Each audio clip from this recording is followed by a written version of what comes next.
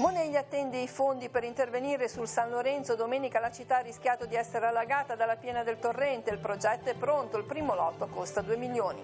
Sestri Levante consegnati i lavori per il consolidamento di Renà e Sant'Anna. Tempo permettendo i cantieri possono aprire. Arrivati i primi dati dall'Università di Genova sulla diga di Portobello. Catechesi dedicata alla predicazione di San Paolo Areopago ad Atene. Prendendo spunto dall'Apostolo, il Papa ha invitato a costruire ponti tra i diversi credi religiosi senza ostilità. Dialogo interreligioso, convegno a Chiavari sabato mattina. Il tema sarà affrontato da 3 esperti. Nel pomeriggio tavola rotonda con le istituzioni. Ad Arenzano riunione della Commissione regionale per lo sport presieduta dal Vescovo Suetta. È necessario un gioco di squadra tra i vari attori che partecipano all'educazione dei giovani.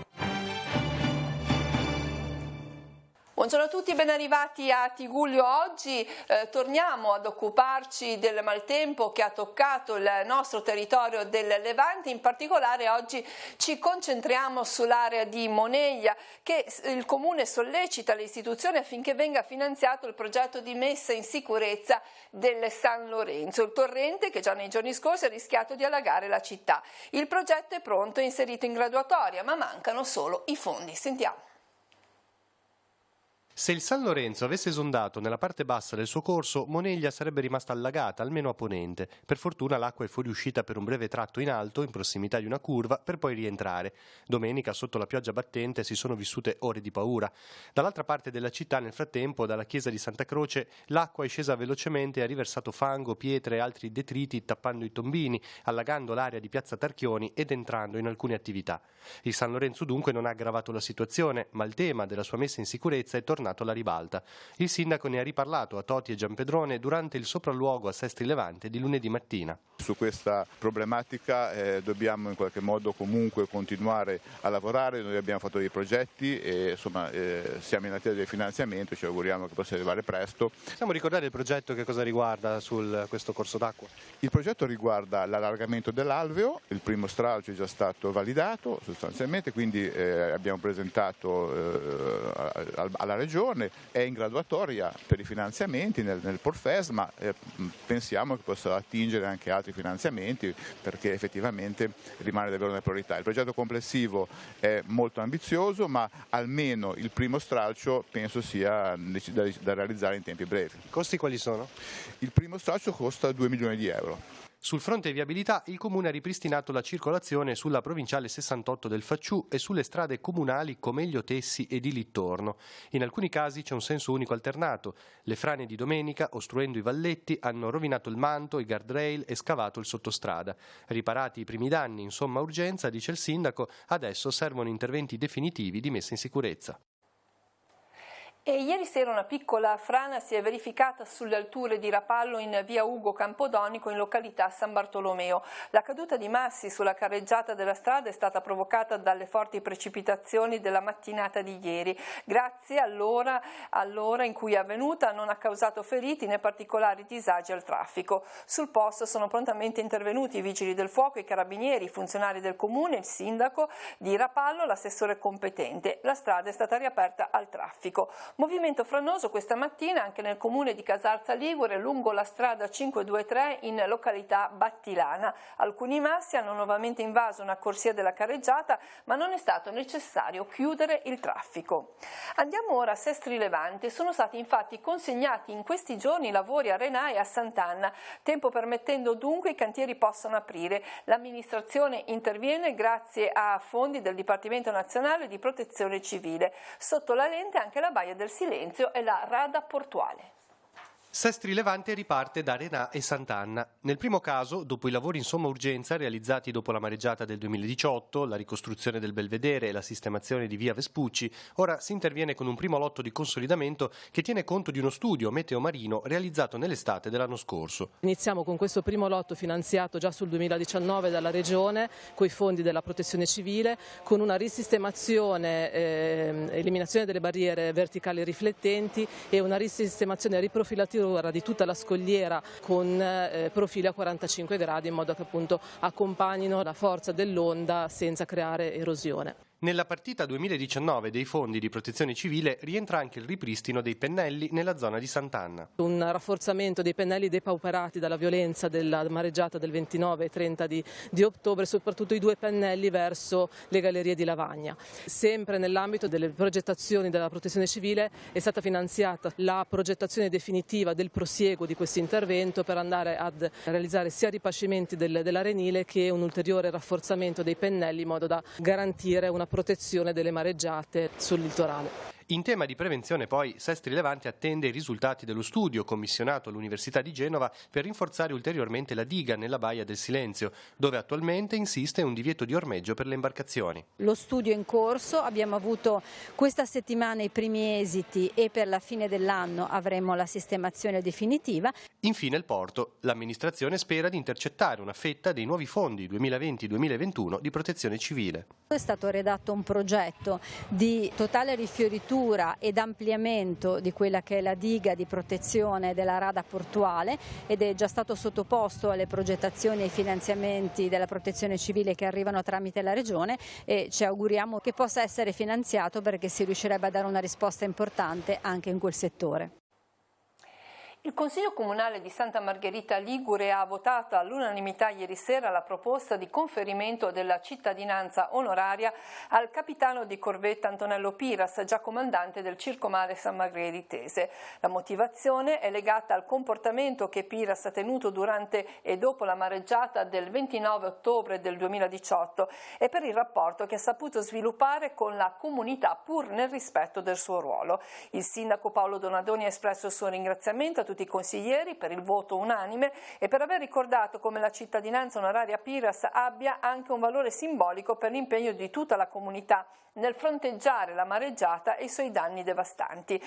La seduta del Consiglio Comunale si è aperta con un minuto di silenzio per i 3 vigili del fuoco che hanno perso la vita nell'Alessandrino e con un applauso di tutta l'Assemblea al canottiere sammargheritese Edoardo Marchetti, laureatosi nei giorni scorsi campione del mondo della coast and rolling ad Hong Kong.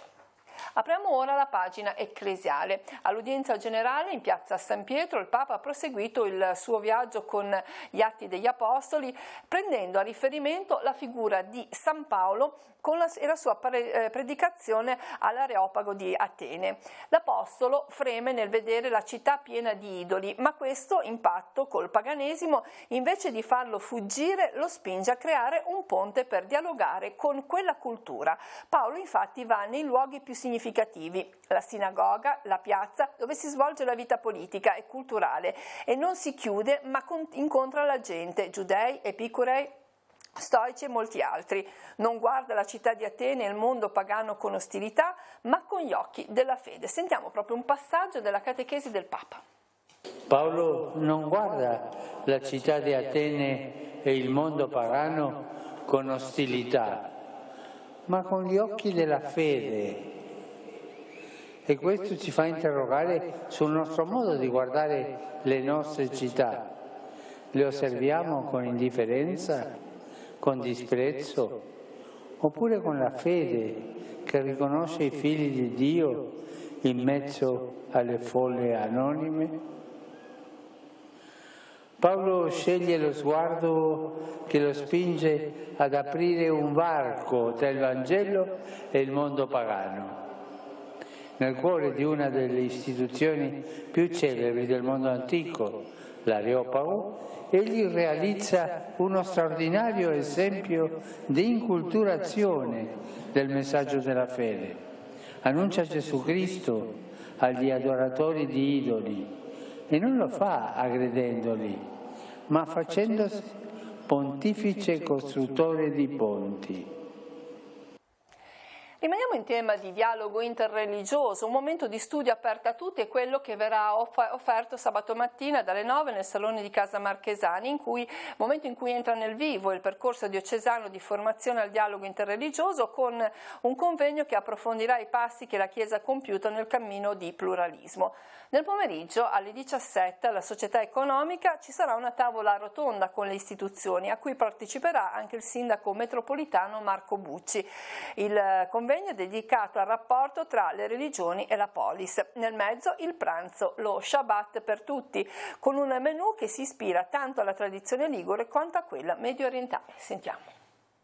L'odierno pluralismo religioso sarà il primo tema che sarà sviluppato nel corso del convegno in programma sabato mattina a Chiavari nell'ambito del percorso diocesano di formazione al dialogo interreligioso. Lo affronterà il teologo Brunetto Salvarani. Il secondo intervento previsto è quello di padre Claudio Monge, responsabile del Centro Domenicano per il dialogo interreligioso e culturale a Istanbul, che affronterà il tema nella Bibbia, il fondamento del dialogo tra ebrei, cristiani e musulmani. Infine interverrà il direttore dell'Ufficio Nazionale della CEI per l'ecumenismo e il dialogo interreligioso, Don Giuliano Savina, che descriverà le parole di gesti di dialogo della Chiesa dal Concilio Vaticano II ad oggi. Il convegno è aperto a tutti, ma sono stati invitati particolarmente insegnanti e catechisti. L'importanza è innanzitutto quello di conoscere, che è la prima base per poi dialogare. Quindi questo convegno è l'occasione anche di conoscere la bellezza di un confronto tra le religioni, anche perché un insegnante vede oggi in classe sempre più presenze anche di ragazzi che provengono da altri paesi e da altre religioni. Sia per il catechista sia insegnare ai ragazzi che poi loro siano a contatto al giorno d'oggi con molte realtà non cristiane o non cattoliche, ma soprattutto non cristiane, è importante che il catechista abbia qualche riferimento, qualche messaggio. Ecco. La giornata proseguirà con lo Shabbat di tutti, un pranzo accompagnato da musica e riflessione guidato da Miriam Camerini. Abbiamo così cercato di far dialogare anche le tradizioni e quindi abbiamo direi inventato proprio un menù in cui la tradizione ligure si incontrerà con i sapori tipici della tradizione medio orientale. Nel pomeriggio alle 17 alla Società Economica la tavola rotonda aperta alla città dedicata al tema il dialogo interreligioso e la vita della polis. Il tema del dialogo interreligioso, quindi della presenza e del rapporto tra le diverse religioni, ha molto a che vedere con la vita civile. Ci sono alcuni aspetti anche evidenti come quello dei luoghi di culto, no? Che rappresentano effettivamente un diritto a volte non del tutto riconosciuto, ma poi certamente l'ambiente della scuola, l'ambiente dell'ospedale, l'ambiente delle carceri e quant'altri sempre di più in una società pluralista devono attrezzarsi da questo punto di vista. Il pranzo è aperto a tutti, ma obbligatoria la prenotazione al numero 0185 32 2446. Prosegue il cammino di visita pastorale nell'ambito di Lavagna. Questa mattina il Vescovo ha incontrato gli ospiti dell'Istituto Devoto Marini Sivori nel pomeriggio alla Casa della Divina Provvidenza all'incontro con gli operatori della carità. Domani alle 21 nel santuario di Nostra Signora del Carmine il Vescovo terrà una catechesi alla città. Ora sfogliamo le pagine dei quotidiani, poi ci ritroviamo con tutti gli aggiornamenti e lo sport.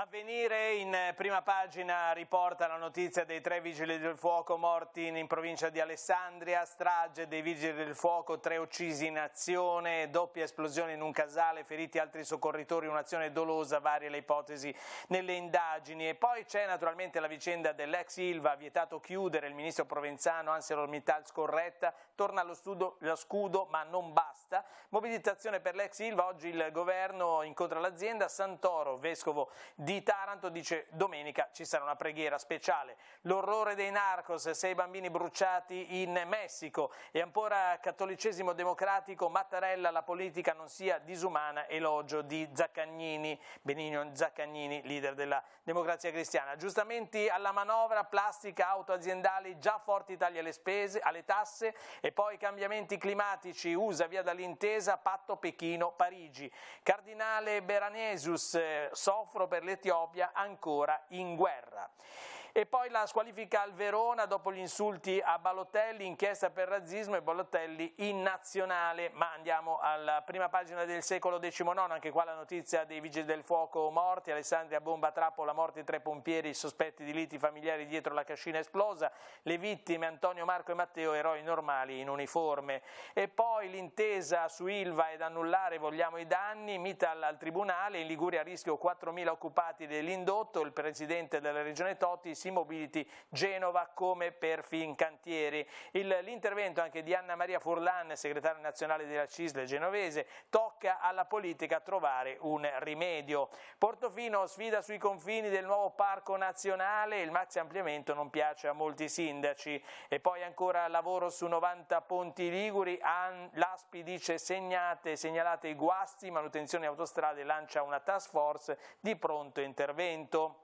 Allerta nella notte, scuole chiuse e danni, polemica nel Tigullio, andiamo nelle pagine del Levante, i sindaci si dividono sull'apertura delle scuole, Rapallo e Santa Margherita ieri hanno chiuso, serve però un coordinamento con gli istituti. E poi, sempre parlando naturalmente di allerte meteo e di danni del maltempo, sto finendo le scorte di cibo, i miei cavalli rischiano la vita, lo dice a Castiglione Chiavarese il gestore del Samuele Ranch che è isolato, problemi per tutti gli animali, il sindaco interverremo ma la situazione è molto complessa. E allagamento di Viale Groppo a Chiavari, la soluzione potrebbe essere una vasca interrata. Ancora dal secolo XIX di oggi, rubava vestiti e oggetti di valore, badante arrestata in Lombardia, 30 anni, originaria del Perù, nei giorni lavorativi era un'apprezzata domestica, nei festivi invece la donna viaggiava in Italia a caccia di capi e borse di marca.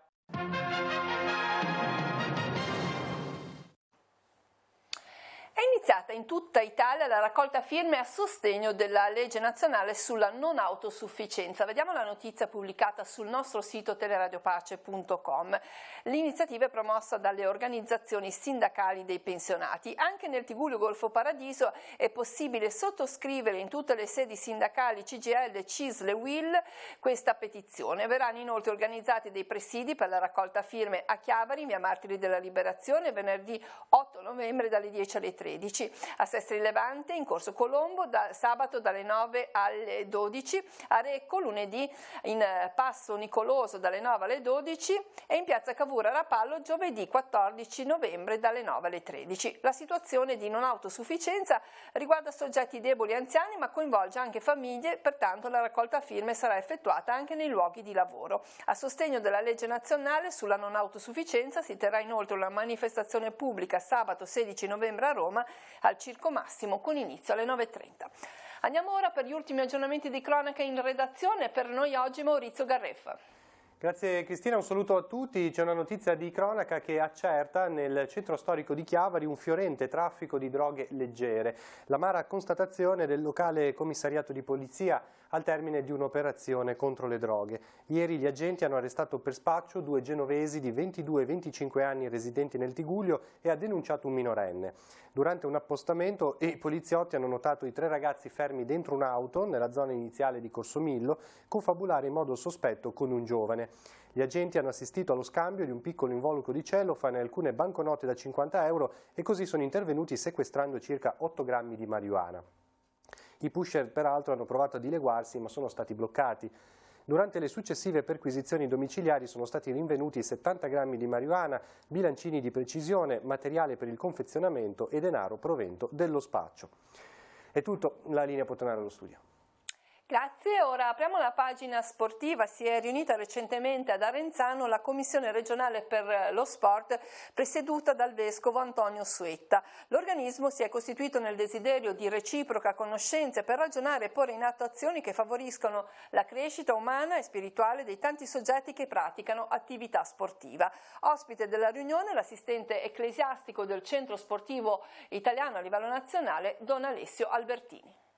Il mondo dello sport interpella anche la Chiesa. Anche per questo esiste una commissione regionale presieduta dal vescovo di Ventimiglia Sanremo Monsignor Antonio Suetta, in quanto delegato per lo sport e il tempo libero della Conferenza Episcopale Ligure. La Chiesa si interessa a questo per tante ragioni, prima di tutto perché lo sport è fatto di uomini, ma perché la tradizione sportiva appartiene anche a una lunga storia, un lungo impegno pastorale della Chiesa, che è sempre stata presente nello sport e che ha utilizzato tanto lo sport anche come occasione di aggregazione e di incontro.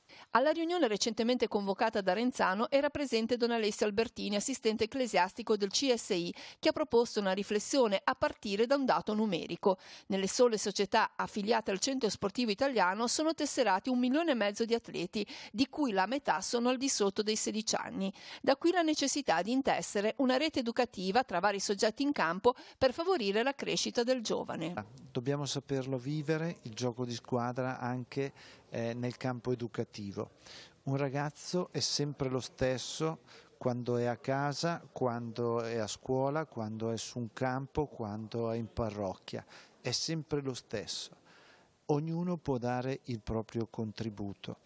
L'elemento chiave per tutti gli attori è testimoniare una passione. Non saranno le parole con l'andare del tempo che saranno capaci di incidere nella vita di un ragazzo, ma la qualità della tua stessa vita che condivide così tanto tempo questa passione con lui. Da qui un impegno concreto che la Commissione regionale sta portando avanti a piccoli passi. Credo che il segreto anche di un buon lavoro non stia tanto nella qualità, ma stia nella bontà e nella fedeltà a dei piccoli passi, che è un po' il ritmo e il criterio che abbiamo voluto darci, a incominciare da una conoscenza reciproca e anche da una buona conoscenza e valorizzazione del nostro territorio.